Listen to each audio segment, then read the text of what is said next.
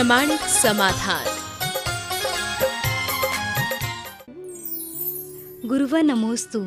हमारे घर में कोई व्यक्ति बाहर जाता है, तब उस स्थान पर समय से नहीं पहुंचने पर मन में बुरे विचार आते हैं। तो ऐसी स्थिति में विचारों से परिवर्तन होता है या भावना से? बात सही कही है। लोगों के अंदर प्राय ऐसा होता है, कोई बाहर गया और शेड्यूल के अनुसार नहीं लौटा तो मन में खटका आना शुरू हो जाता है, और उस खटके की स्थिति में लोग उल्टा ज़्यादा सोचते हैं, सीधा कम। इसकी मूल वजह है कि लोगों के अंदर नकारात्मकता है और अज्ञात अकल्प भय। तो ये नकारात्मकता के कारण हमारी जो मानसिकता भयातुर होती है, उसके कारण लोग इस तरह का सोचते रहते हैं, क्या बात है भाई, कहीं इतना देर हो गया। और तब और ज़्यादा हो जाता है जब आप मोबाइल उनको रिंग करते हो, घंटी जाती है और रिस्पांस नहीं मिलता, उठता नहीं है, तब तो आपको लगता है पता नहीं क्या हो गया, पता नहीं क्या हो गया, पता नहीं क्या हो गया। तो ये नेगेटिव वेव्स आप छोड़ते हैं। मनोविज्ञान कहता है कि जब हम अपने मन में अशुभ विचार करते हैं, हमारे मन में कुछ अशुभ अमंगल भाव उत्पन्न होते हैं, तो हमारे भाव और विचार की तरंगे बाहर जाती है, और कई बार ऐसी भी संभावना बनती है कि हमारे विचार तरंगों के परिणाम स्वरूप हमसे वो हो जाता है, हमारे साथ वो घट जाता है जैसा हम सोचते हैं। तो मेरा आप सबसे कहना ये है कि जब भी ऐसे नकारात्मक बात आए, अपनी विचार धारा को बदलना शुरू करिए कि चलो भाई नहीं ठीक है, वो गया अच्छे काम के लिए गया, आ जाएगा। होता रहता है विलम्ब, गाड़ी लेट हो गई होगी, कोई और काम हो गया होगा, किसी और आवश्यक कार्य में फंस गए होंगे, कोई आकस्मिक ज़रूरत उनकी हो गई होगी, कोई अर्जेंसी आ गई होगी, चलो ठीक है आ जाएंगे, टाइम होगा, आ जाएंगे, कोई प्रॉब्लम नहीं है। अगर ऐसा करके आप अपने मन को शांत करेंगे तो आप ज़्यादा सुखी रहेंगे, और इसकी जगह उल्टी विचारधारा करेंगे तो उसके उल्टे परिणाम आएंगे। जब तक वो आदमी नहीं आएगा अशांत होंगे, और आपकी इस अशुभ तरंग से दुर्घटना की संभावनाएं भी बनती है। इसलिए जब कभी भी ऐसा आए, अपने मन को बदलिए। गुरुवर नमोस्तु। क्या हमें गति के अनुरूप मति होती है या मति के अनुरूप गति होती है? तादृशी जायते बुद्धिर याद वृद्धि भवितव्यता। जैसी हमारी भवितव्यता होती वैसी हमारी बुद्धि हो जाती है। यथा गति तथा मति, ये उक्ति है। हमें जहाँ जाना होगा हमारी वहाँ वैसी मति हो। लेकिन दूसरी तरफ से हम कहें तो यथा मति तथा गति, हमारी जैसी बुद्धि होगी वैसी गति होगी, क्योंकि हमारी बुद्धि ठीक है वैसी हो जाएगी जैसी हमारी भवितव्यता हो। तो हम अपनी बुद्धि के, जैसे एक शास्त्र की भाषा में कहें, अगर कोई व्यक्ति खोटी गति को प्राप्त कर लेता है, बंद कर लेता है, आयु बांध लेता है, तो उस व्यक्ति की मृत्यु के कुछ क्षण पूर्व वैसी ही बुद्धि होगी जहाँ उसको जाना है। तो दोनों चीज़ें अलग अलग संदर्भ में हैं, हमें दोनों को अलग अलग संदर्भ में समझना चाहिए। गुरुवर नमोस्तु। आजकल तीर्थ क्षेत्रों में नवीन मंदिर बन रहे हैं, परंतु पुराने मंदिर जीर्ण शीर्ण पड़े हुए हैं। तो ऐसी परिस्थिति में जैन समाज के लोगों को क्या करना चाहिए? प्राचीन तीर्थ क्षेत्रों में नए मंदिरों का निर्माण कतई बुरा नहीं है।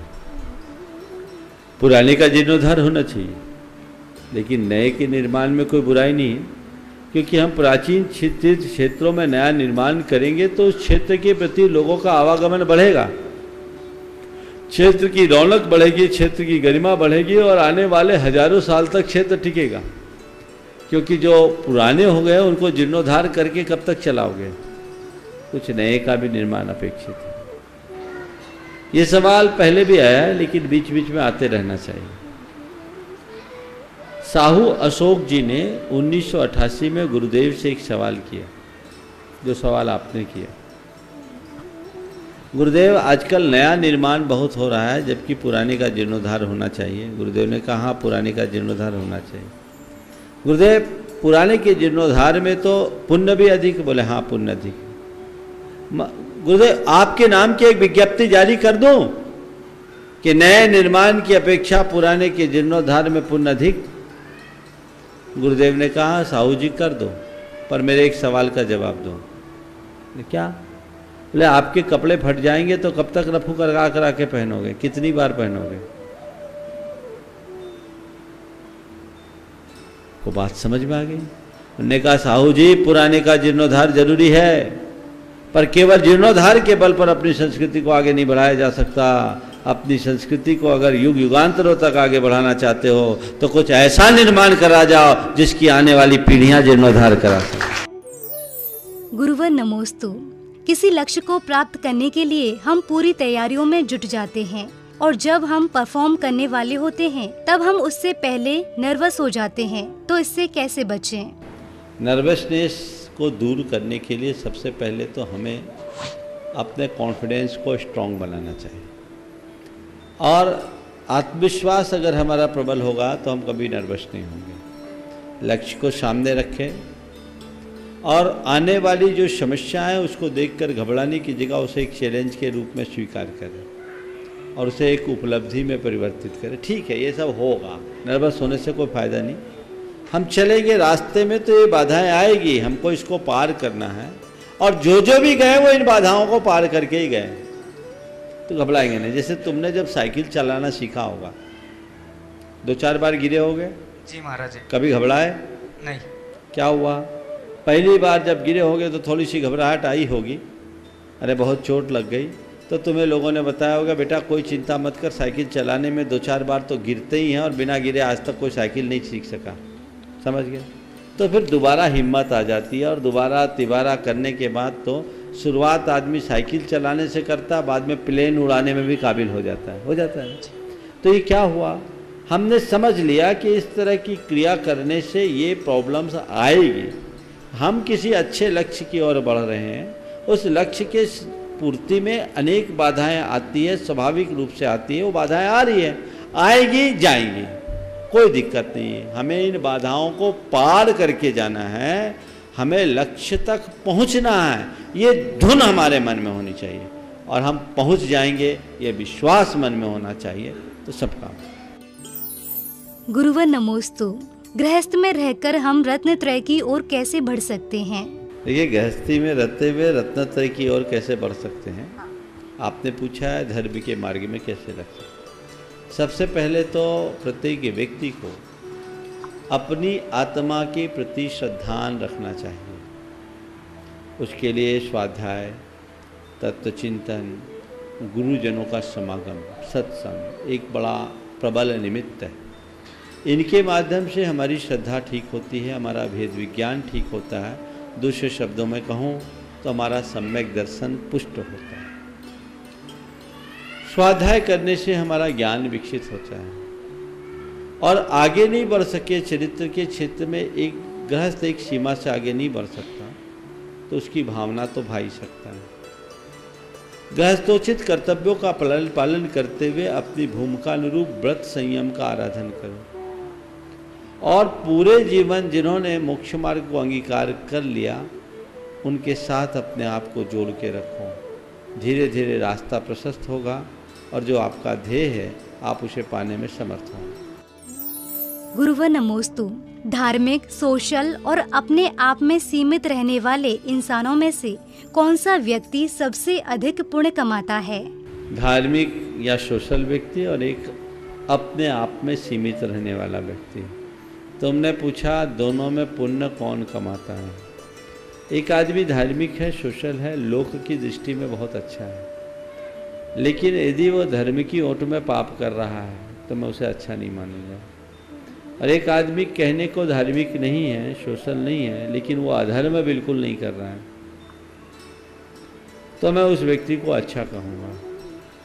हमारा जो पुण्य पाप का संबंध है वो हमारी ऊपर की क्रियाओं से नहीं, हमारे भीतर के अभिप्राय से जुड़ा है। जिसके साथ जितना अधिक राग द्वेष का प्रपंच है वो उतना बंध करता है, और जितना जो व्यक्ति राग द्वेष से जितना मुक्त है वो व्यक्ति उतना कर्म को काटता है। तो मैं एक कहूँगा कि जो व्यक्ति सेल्फ सेंट्रलाइज्ड है, अपने तक सीमित है, वो अधर्म नहीं कर रहा है, बहुत अच्छी बात है, लेकिन थोड़ा थोड़ा धर्म करना भी शुरू कर दें, जिससे और लोगों को भी प्रेरणा मिल सके। और जो व्यक्ति धार्मिक हैं, सोशल है, बहुत अच्छी बात है। धार्मिकता मनुष्य का एक अच्छा गुण है, होना चाहिए। लेकिन इस बात को ध्यान में रखें कि धर्म करने के साथ मेरे साथ राग द्वेष ना हो, प्रपंच ना हो। बहुत सारे लोग धार्मिक होते हैं लेकिन बड़े प्रपंची होते हैं। मैं आपको बताता हूँ, एक युवक मेरे संपर्क में है, उसके पिताजी दुनिया की दृष्टि से बड़े धार्मिक और समाज में अग्रणी स्थान रखने वाले। जिस जगह की बात कर रहा हूँ वहाँ की 15 संस्थाओं के प्रमुख। व्यापार से वो लगभग विमुख थे। अपना पूजा पाठ करने के अलावा इन्हीं संस्थाओं के विषय में चिंतन करते। उनके ऑफिस में सारी संस्थाओं से संबद्ध फाइलें रखते थे। एक दिन उनके बेटे के सामने किसी ने कहा कि तुम्हारे पापा तो बड़े धार्मिक हैं। बेटा थोड़ा आधुनिक विचारधारा का था। उसने कहा माफ़ करिएगा, हमारे पापा धार्मिक नहीं है, हमारे पापा नेता है। हमारे पापा धार्मिक नहीं है, हमारे पापा नेता है, और मैं तो चाहता हूँ कोई भी व्यक्ति इस तरह से धार्मिक ना बने। बोले क्या? मैंने बोला क्या बोल रहे हो? बोले महाराज 24 घंटे दांव पेच चलते हैं, उनकी मीटिंगें चलती रहती है, घात प्रतिघात की बात चलती है, यहाँ गोटी बिठालना, यहाँ इसकी गोटी उखाड़ना, यही चलता है। महाराज बताइए धर्म से क्या मतलब है? वो मंदिर भी जाते हैं ना तो आते जाते और बीच में भी इसी तरह की बातें चलती रहती है। हर संस्थाओं में अनेक प्रकार की पेचें होती है, वो उसी में उलझते हैं। और उनने एक बात कहा, महाराज हमारे पिताजी पूरे चाणक्य हैं, वो जिस मीटिंग में बैठते हैं फैसला वही होता है जो वो चाहते हैं। तो महाराज आप बताइए ये धर्म है क्या? मैं क्या बोलूँ, उसकी बात से मैं असहमति प्रकट नहीं कर सका कि अगर इस इरादे से कोई व्यक्ति धर्म कर रहा है तो लोक दृष्टि में वो धार्मिक है, पर वो धर्म नहीं कर रहा है, धर्म की दुकान चला रहा है, अपनी नेतागिरी कर रहा है। तो मैं कहता हूँ जो लोग धार्मिक सामाजिक संस्थाओं में हैं वे अच्छे से कार्य करें, उसे अपनी नेतागिरी का निमित्त न बनाए। इससे तुम्हारा पुण्य छीन होगा, हो सकता है पुण्य की जगह पाप भी हो जाए। तो हम सेवा पूजा के लिए धर्म करते हैं, जीवन की पवित्रता के लिए धर्म करते हैं, हमारा वही मकसद होना चाहिए। हाँ, एक दृष्टिकोण ये जरूर होना चाहिए कि जिस संस्थान को हमने संभाला है उसकी व्यवस्थाएं सुचारू होते रहे, हमारा जो मूलभूत प्रयोजन और उद्देश्य वह खंडित न हो, आने वाले समय में लोग इसका कोई दुरुपयोग न करें, इससे संबंधित जितनी सावधानी अपेक्षित है वो आप रखें। लेकिन इस तरह के दांव पेच या कलाकारी न करें जिससे हर पल राग द्वेष बना रहे। गुरुवर नमोस्तु। कानून सिर्फ जुर्म नहीं देखता, गलत सबूत कानून की आंखों में धूल झोंककर सही इंसान को गुनहगार बना देता है। तो सच्चे व्यक्ति को परेशान करने का क्या फल होता है? देखिए, कानून की अपनी सीमाएं हैं, कुछ जगह कानून लाचार भी है। लेकिन मैं एक बात जानता हूँ, तुम्हारा कानून अंधा हो सकता है, कुदरत का कानून अंधा नहीं होता। यहाँ कोई किसी की आंख में धूल झोंक सकता है, पर कुदरत के पास ऐसी कोई व्यवस्था नहीं, उसे आज नहीं कल उसका परिणाम भोगना ही पड़ेगा। गुरुवर नमोस्तु। शरीर के दाएं बाएं अंगों का फड़कना शुभ अशुभ संकेत माना जाता है, तो क्या ये बात सच है? देखिए, शरीर में तो अंग स्फुरन होते ही रहते हैं, ये वायु का विकार है। अब कभी कभी संयोग बन जाते हैं। हालांकि शकुन शास्त्र में इस तरह की बातें कही गई है, लेकिन मैं तो देखा हूँ मेरे अंग फड़कते हैं, मेरे साथ तो कुछ फर्क नहीं होता। अब आप भी थोड़ा ऑब्जर्व कीजिएगा, 10 बार फड़कते हैं, एक बार हो जाए तो उसको लकीर के फकीर मत बनिए। लिखा है हमारे शास्त्रों में है, बहुत सारी चीज़ें हैं। शकुन शास्त्र इस बात को लिखते हैं अंग स्फुरन का क्या प्रतिफल होता है, लेकिन इनमें लकीर के फकीर मत बनिए। हो रहा है 9 बार नमोकाल मंत्र पढ़िए, भगवान का नाम लीजिए, जो होना है सो होने दीजिए। और ये बताइए, जब जब दुर्घटना घटती है पहले अंग स्फुरन होता है क्या? आंखें फड़कती है क्या? ये तो जो होना होता सो होता, वो एक सिंबल है। गुरुवर नमोस्तु।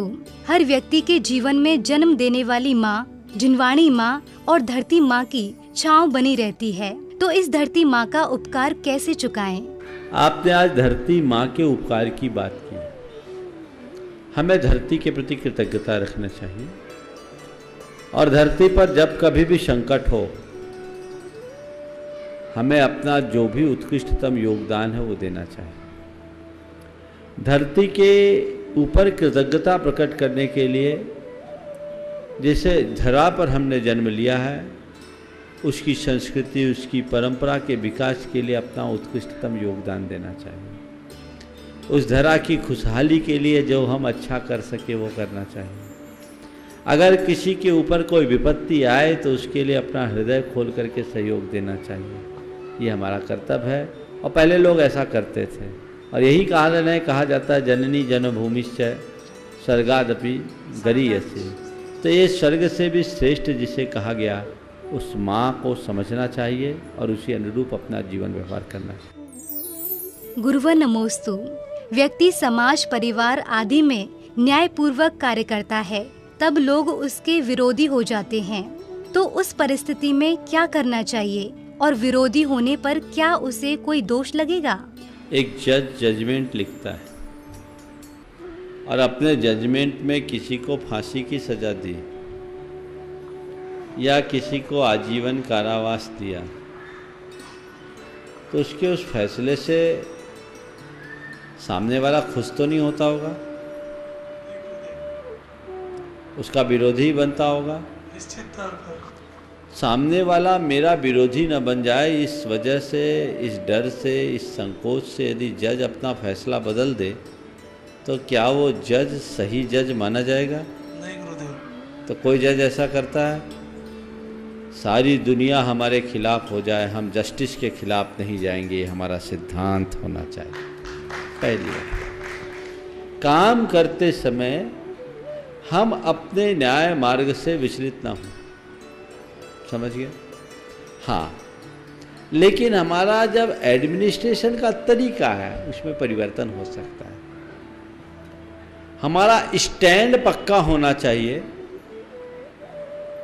लेकिन रवैया अच्छा होना चाहिए। आप अपनी बात पर दृढ़ रहे लेकिन अक्खड़ ना बने।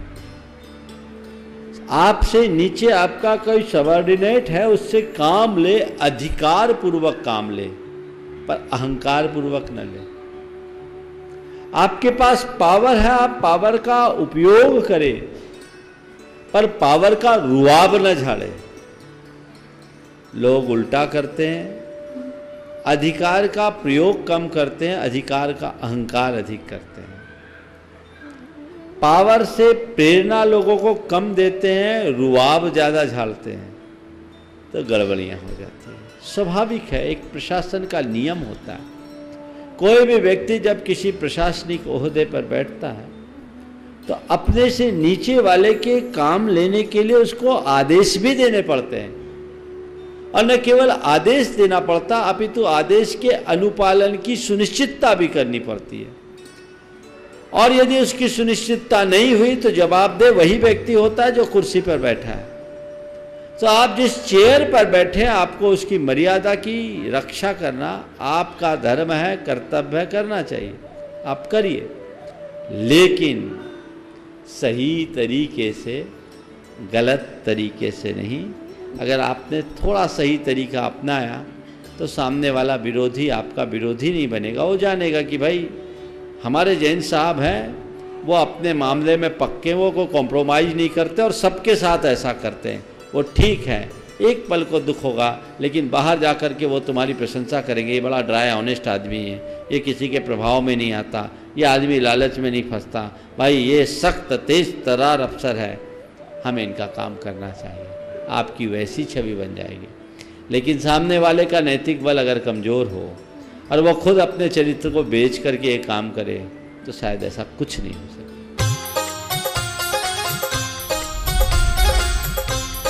प्रामाणिक समाधान।